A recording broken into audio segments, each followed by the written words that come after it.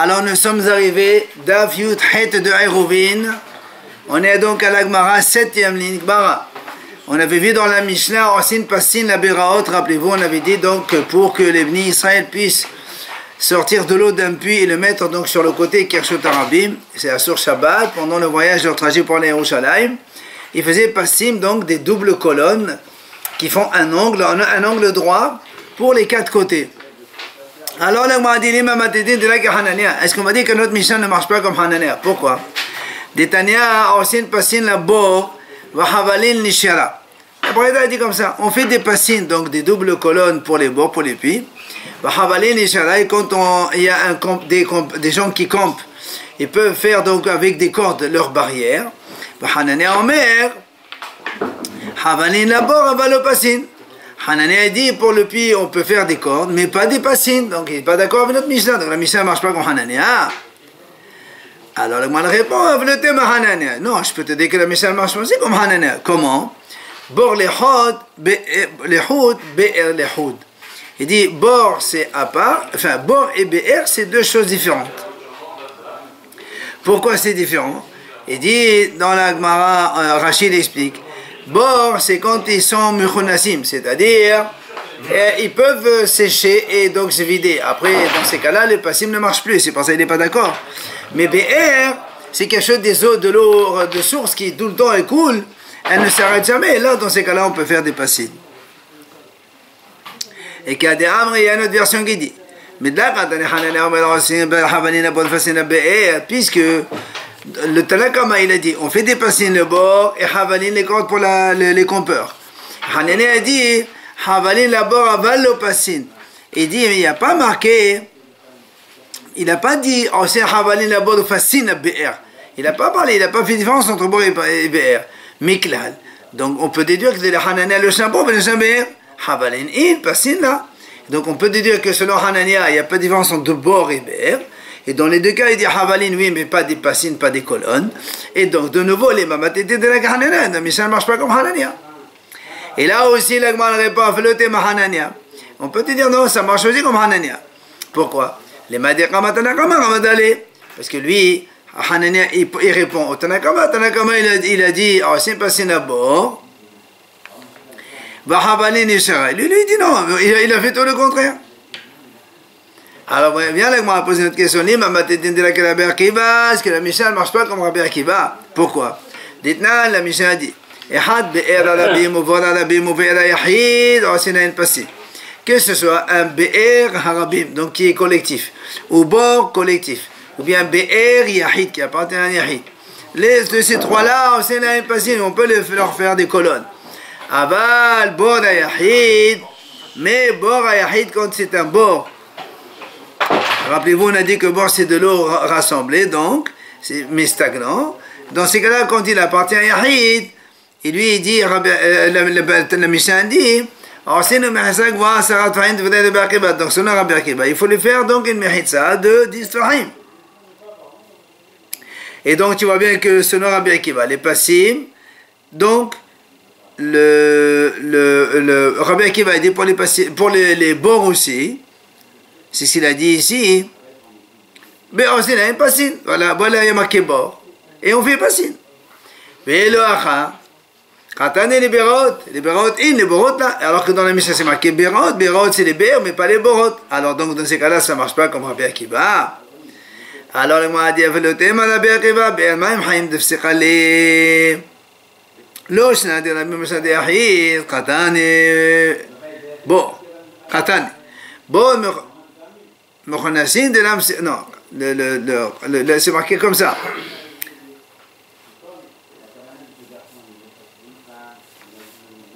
Donc, le Gemara a dit, c'est ça. Mais donc, ça veut dire que le BR, comme il n'y a pas de différence entre, ici, il n'y a pas de différence entre Yahid et Rabim. C'est pour ça, comme il n'y a pas de différence, alors, on a enseigné.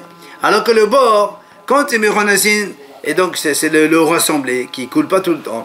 Des laves, c'est calé, puisqu'il y a une différence entre Yahid et Rabim. Le Khatan, il n'a pas enseigné, il n'a pas parlé de ça, lui. Il a dit, donc, je peux te dire que Rabbi Akiva, il marche comme nous aussi. Mais Rabbi Akiva, lui, ça veut dire que seulement les BR, voilà, dans le BR, il n'y a pas de différence entre Haïd Rabim. C'est pour ça qu'il a parlé de BR. Mais dans le bord où il y a une différence entre Haïd Rabim, il n'a pas parlé de ça. Et là, moi, je rajoute encore une autre question. L'imam Atendin de Rabbi Yehuda ben Bava, ça ne marche pas comme Rabbi Yehuda ben Bava. Pourquoi? Dites-nous, Rabbi Yehuda ben Bava, c'est marqué, on ne peut faire des doubles colonnes que pour les BR Arabim. C'est-à-dire un puits collectif. Et dans notre Mishnah, il y a marqué Beraot. Il n'y a pas marqué Yahid Arabim, le Shna de Rabbi, le Shna de Yahid. Donc ça ne marche pas comme Rabbi Yehuda ben Bava. Alors il m'a dit non. Rabbi Yehuda ben Bava. Mais Beraot de Alma. Il dit Rabbi Yehuda marqué Beraot, c'est les Beraot de Alma de tout le monde. C'est-à-dire les Beraot collectifs, pas Yahid. Viens là, moi, a dit Maïd Diyomdin, ce qu'on a dit, le mot Diyomdin dans la Mishnah, qu'est-ce que ça veut dire? Ah, Rabbi Mabelazad, Diyo Amoudin. C'est une contraction de Diyo Amoudin, on a dit Diyomdin, c'est double colonne. Et comme on parle Diyo, l'Emnodé, Sheva, Sonit, Netrakil, Bemeda, Shosha, Siman, tout ça, c'est des enseignements qu'on va enseigner maintenant. Pnalata. La Mishnah enseigne là-bas, dans des mailles, c'est marqué. Rabbi Yehuda Omer, Kol Shitin Petorin, Shitin, les évacuations, Shitin là-bas, c'est les évacuations quand on versait. Le Shitin ici, c'est pas des figues, voilà. Des figues, et donc de certaines figues, de qualité de figues, ne sont pas des bonnes figues, c'est de mauvaises figues. Et Diptorin, c'est-à-dire quand on prend Dmaï, encore, donc la récolte de désigneront, que normalement on ne sait pas s'il a fait là-bas Maaser ou pas, hein. Alors normalement nous on doit faire le Maaser. Mais là il te dit pas tout. Hous mena dufra. C'est quoi dufra? Magma dit maï dufra. Amaroula il a aussi diopérot bashana. C'est parce qu'il y a un arbre qui fait deux fruits dans l'année. Donc il y a deux cultures différentes. Ceux-là, ils sont hayavin, donc de Maaser Sheni. Amar Rabbi ben el-Azar, Dieu passe au panima et Adam Arishon. Comme on parle Dieu, c'est deux. Alors on parle un petit peu de plusieurs choses qui ont deux. Alors il dit effectivement que Adam Arishon, il a dit, il a une double figure, double face. Shenema, comme le passage qui dit, Ahol va kedem sartani, derrière et devant, Hachem te m'a créé. Donc il avait deux parsofim, deux visages. Alors il m'a dit, quand Hachem a prélevé la côte, Adam il a construit avec, il a fait avec Hava. Rav Shmuel, Hadamar, Parsouf, Hadamar, Zanav. Il a dit, cette côte-là, c'est Parsouf. Et l'autre a dit non, c'est Zanav. Alors moi, a dit, Hadamar, Parsouf, celui qui a dit Parsouf. C'est pour ça qu'on a dit dans le Parsouf qu'Adam a été créé avec une double face. Une face pour lui, et l'autre face, c'était pour Hava. Elle a demandé à Mazanav, celui qui a dit Zanav, car rapport il n'a pas double face, puisque derrière il a une queue. Alors il m'a dit non, que Rabbi Ami, la réponse c'est comme Rabbi Ami. Qu'est-ce qu'il a dit? Les derniers pour la création, puisque l'homme il a été créé en dernier, mais Kodem la pour un autre. L'homme il a Kadam, il a devancé tout le monde pour les malédictions, pour les sanctions. Il m'a dit c'est quoi? Maïhi. Où c'est qu'on a vu que l'homme il a été donc en premier dans la sanction. Et les Mishum Klala, si c'est à cause de la malédiction après avoir mangé le fruit interdit, l'Agma dit ça c'est pas vrai. Pourquoi? Parce que là-bas il y a marqué Habit Hila Netrale Nahash, ou le Vasom Netrale Hava, ou le Vasom Netrale Adam. Là-bas on a vu qu'Hachem, il a d'abord maudit le serpent, après Hava, et après Adam. Adam il est en dernier, il n'est pas en premier. Donc dans la sanction en premier aussi qu'on a vu. Et là la Maboul, l'Agma dit Maboul. C'est marqué dans le Bassour. À propos du Maboul, c'est marqué là-bas, Hachem il a effacé tous les êtres vivants de la terre, d'abord par Adam Arishon en premier, donc il a commencé Adam l'être humain, et après les animaux, et ainsi de suite. C'est là où on a vu que l'homme a été sanctionné en premier. Alors on continue. Celui qui a dit que l'homme avait un double visage, double face, c'est pour ça le mot Vayet, c'est marqué avec deux Yud, il y avait deux faces. Elle a les mains d'Amazala, mais celui qui a dit que l'homme il avait une face et une queue. Alors c'est quoi, pourquoi il y a marqué deux Yud dans Vayet? Alors il dit que Rabbi Shimon ben Pazi, comme il a dit Rabbi Shimon ben Pazi. Qu'est-ce qu'il a dit? Rabbi Shimon ben Pazi, oh il est mi Yisri, oh il est mi Yosri. Il dit, Rabbi Shimon dit comme ça, le mot Yetzer, ça veut dire, il dit, malheureusement de mon Yetzerara qui n'arrête pas de m'embêter pour me faire fauter, et il est malheureusement de mon créateur, parce que si je faute, c'est lui qui va me punir. La Gemara dit encore, celui qui a dit, un homme il avait double face, c'est pour ça la Torah a dit, Hachem il a créé mâle et femelle, l'homme il a créé mâle et femelle, effectivement il y avait deux visages. Et elle a demandé à Mazana, celui qui a dit il y avait une face et une queue. Pourquoi Zachar il y avait un seul? La Gemara a dit non.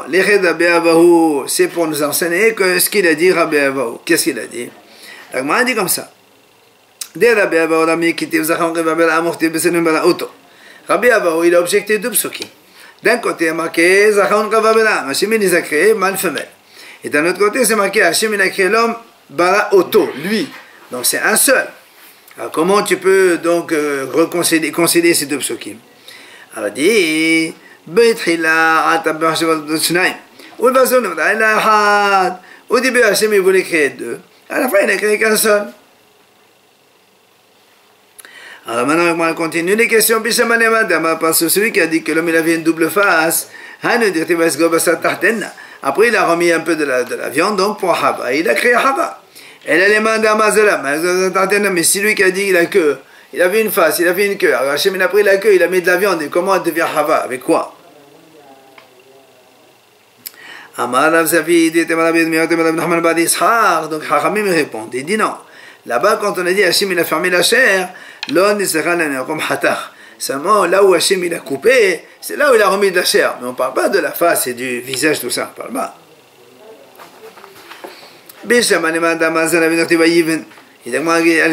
pose une autre question. Celui qui a dit que l'homme il avait une queue. C'est le code qui a fait la femme? Si. Et après? Celui qui a dit que l'homme Adam a été avec une queue. C'est pour ça qu'après on te dit Hachem il a construit, il a fabriqué un Hava derrière. Mais s'il y avait Pasou, il y avait le visage, qu'est-ce qu'il a construit? Le visage il était déjà là. Alors, on m'a dit non. Ce mot Vayeven, il marche pour le Beshma Menassia. Qu'est-ce qu'il a dit? Il a expliqué le passage. Il a construit cette côte. Mais la il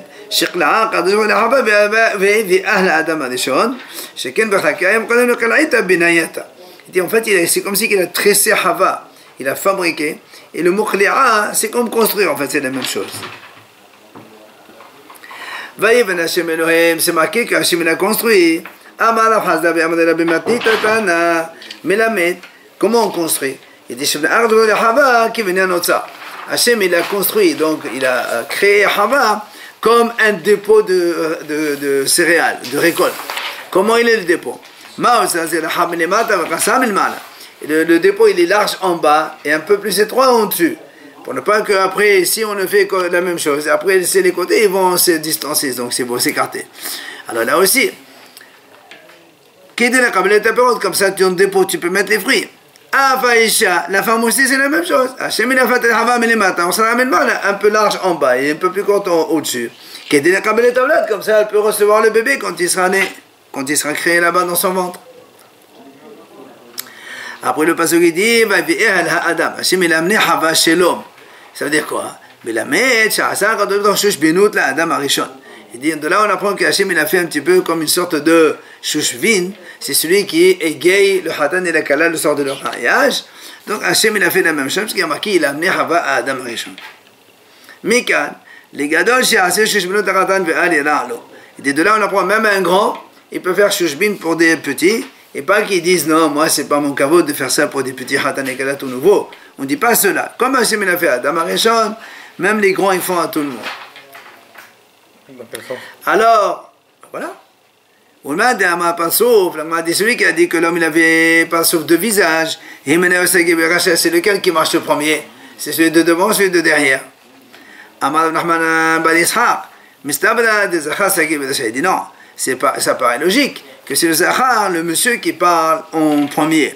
Donc la tête de la femme derrière. Pourquoi? Et parce qu'il a marqué la Braïta, il dit un homme n'a pas le droit de marcher derrière une femme, même si c'est sa femme.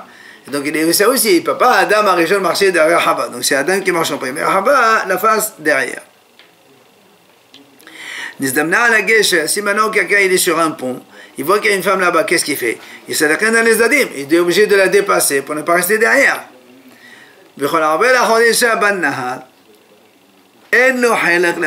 Celui qui passe derrière une femme dans le fleuve, parce que dans le fleuve, les femmes, elles font le linge, et donc elles se découvrent un petit peu les bras et tout. Et celui qui va là-bas pour les voir, il n'a pas de part dans le monde futur.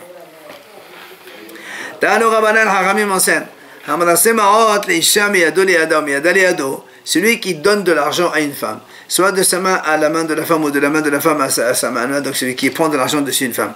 Juste, rien que pour la regarder,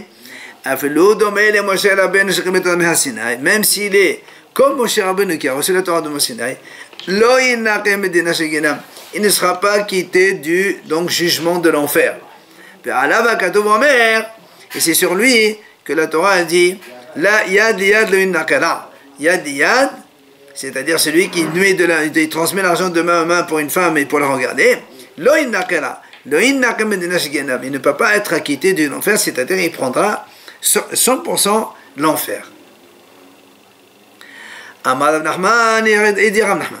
Manoach ama asaya. Manoach, donc le père de Shimshon, c'était un ignorant. Pourquoi? C'est Néama, parce qu'il y a marqué dans le passage. C'est marqué. Manoach s'est levé, il a marché derrière sa femme. Donc, comment il marche derrière sa femme? Alors il ne connaît pas. Donc c'est un ignorant. Alors Rav Nachman, il pose une question. Il objecte. Il dit comment? Alors dans ces cas-là, tu vas me dire la même chose. Gabé Elkana, le père de Shmuel Hanavi, que lui c'était un prophète. Elkana aussi c'était un prophète. Vous voyez, alors tu vas me dire qu'Elkana aussi c'était un Amahares. Un prophète c'était un Amahares, c'est pas possible. Et Rabbi Elisha, et donc à propos d'Elisha aussi a marqué, donc il a marché derrière elle, derrière sa femme, la Shunamite. Est-ce que ça veut dire aussi que lui il a marché derrière elle? Et Elisha c'est pas un ignorant, non?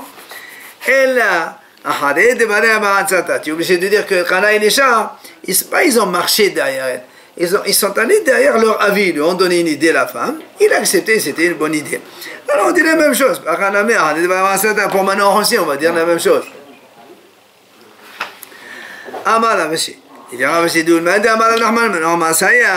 Il dit, même si celui qui a dit au début que Manoach c'était un ignorant, quoi, il ne connaît pas le pasuk. Manoach il ne connaît pas la Torah, même la Torah il ne connaît pas. Dire-t-il, c'est marqué dans la Torah. C'est marqué, Rivka, elle s'est levée et elle est partie derrière l'homme. D'ailleurs, donc l'homme c'était Eliezer quand elle a été venue la demander au mariage pour Yitzhak.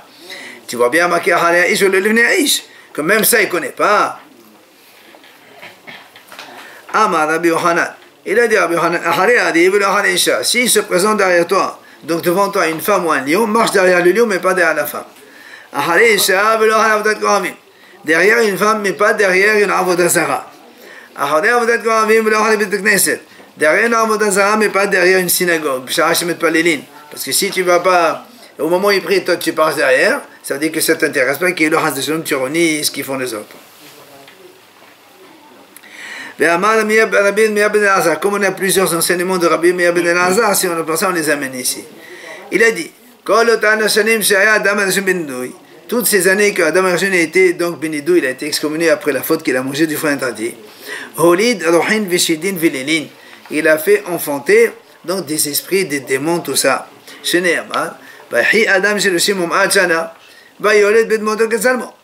Adam Arishon, après la faute, il a vu que 130 ans et après il a enfanté Shet.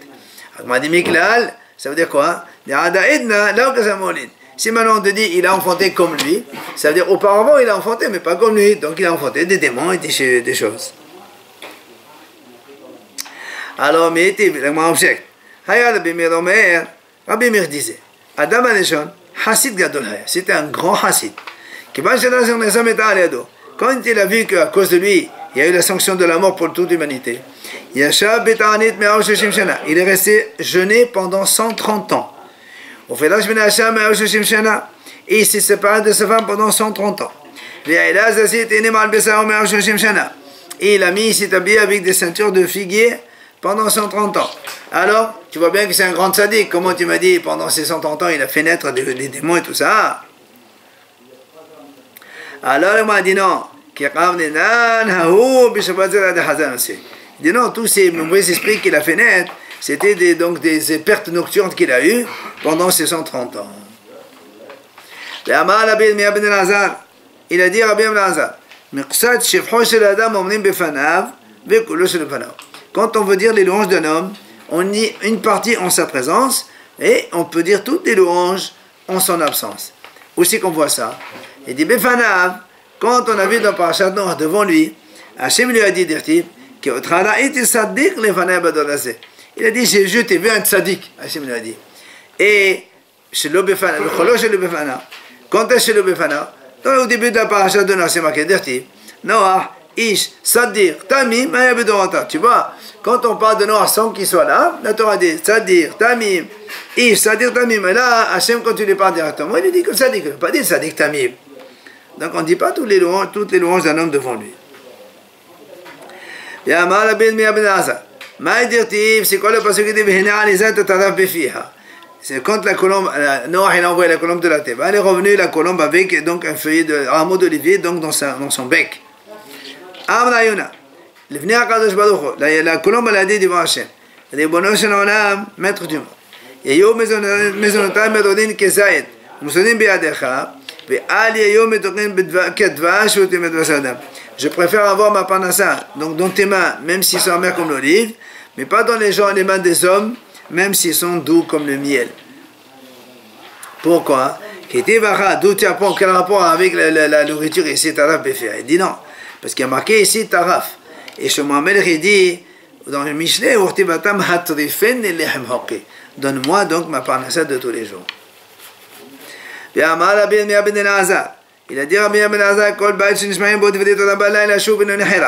toute maison dans laquelle on entend des paroles de Torah la nuit, cette maison elle ne sera pas détruite. Il ne dit pas aussi qu'il est mon créateur, parce que puisqu'il chante la nuit, donc les chants c'est les chants de la Torah, donc il ne va pas se lamenter après. Pourquoi? Parce que sa maison ne sera jamais détruite.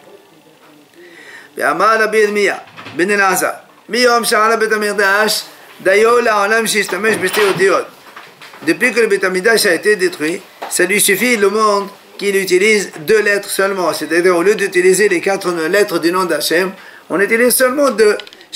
Comme le passage dit, Kol HaNeshama Tehallelia, Alléluia. Donc, Yudke seulement, il n'y a pas les 4 lettres du nom d'Hachem. Toujours le même. Netchalela Bavel, Netchalelo Shechenea. Netchalela Shomron, Netchalelo Shechenea. Babel a été maudite et ses voisins avec. Mais Shomron a été maudite et ses voisins au contraire, ils ont été bénis. Il explique. Il dit Netchalela Bavel, Netchalelo Shechenea. Quand Babel elle a été maudite, même ses environs, ses voisins aussi, ils ont été maudits avec elle. Pourquoi? Dire-t-il, c'est marqué dans le passage Visamtiha Limorash Kripot.